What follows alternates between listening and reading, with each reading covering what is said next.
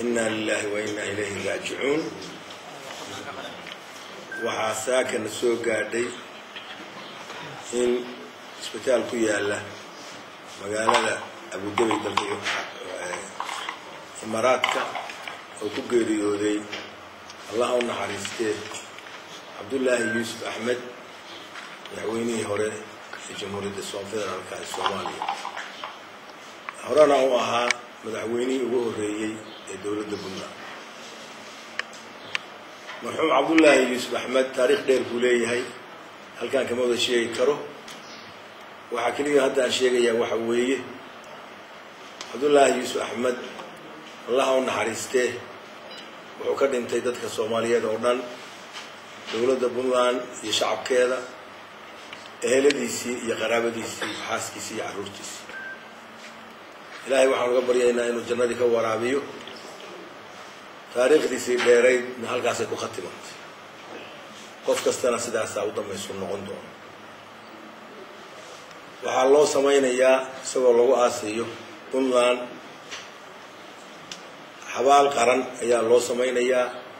calankana waxaa hoos loo dhigayaa 3 beri sidaas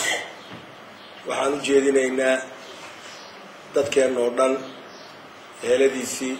xaaskiisii caruurtiisii oo telefoon kula hadalay waxaan la malaynayaa in la keeni doono maalmaha soo socda oo dhow wixii tafaasiil oo inta ka badan taariikh nololeedkiisii waa la soo bandhigayaa waxaana lagu qori doonaa saxaafadana lagu soo bandhigi doonaa warbaahinta guud ama hadda mid maqalka iyo muuqaalka labadaba inta waa lagu soo bandhigi doonaa waxaan ilaahay ka rajaynayaa inuu ka samaysiyo dadkeena oo dhan waxaana diyaar garoobaynaa sidii aaskiisii loo diyaar gareyn lahaa halkan waxaa ila fadhiya qodacayaan iga xiga ismadii Puntland qayb badan oo ka joogta dhinacan kalena xukuumadii iyo baarlamaankii ka socda iyo saraakiil dawladda Puntland taariikhdeeda 1998 waa markay dhalatay ninkii ay ku bilaabatay buu ahaa markii magaaladan Garowe lagu guddoonsaday in maamul gooniya la yeesho wuxuu ahaa madaxweynihii ugu horeeyay oo amniga sugay gobolka isbaarooyinka qaaday maamul ka hirgeliyay ka dhisay dawlad shaqaynaysa saddexdii qaybood oo looga baahnaa dawlad inay yeelato saddexdiiba hirgeliyay baarlamaankii oo shaqayn jiray xukuumadda executive-ka oo madaxda u ahaa shaqaynaysay iyo garsoorka intaba nidaamkaas oo anaga maanta anahay madaxweynihii saddexaad oo loo doortay Puntland aan ka dhaxalay annaguna aan sii xoojinay taariikhda Puntland bay ku haraysaa lamana ilaawi doono cimrigiisa waxaa lagu sheegay inuu ahaa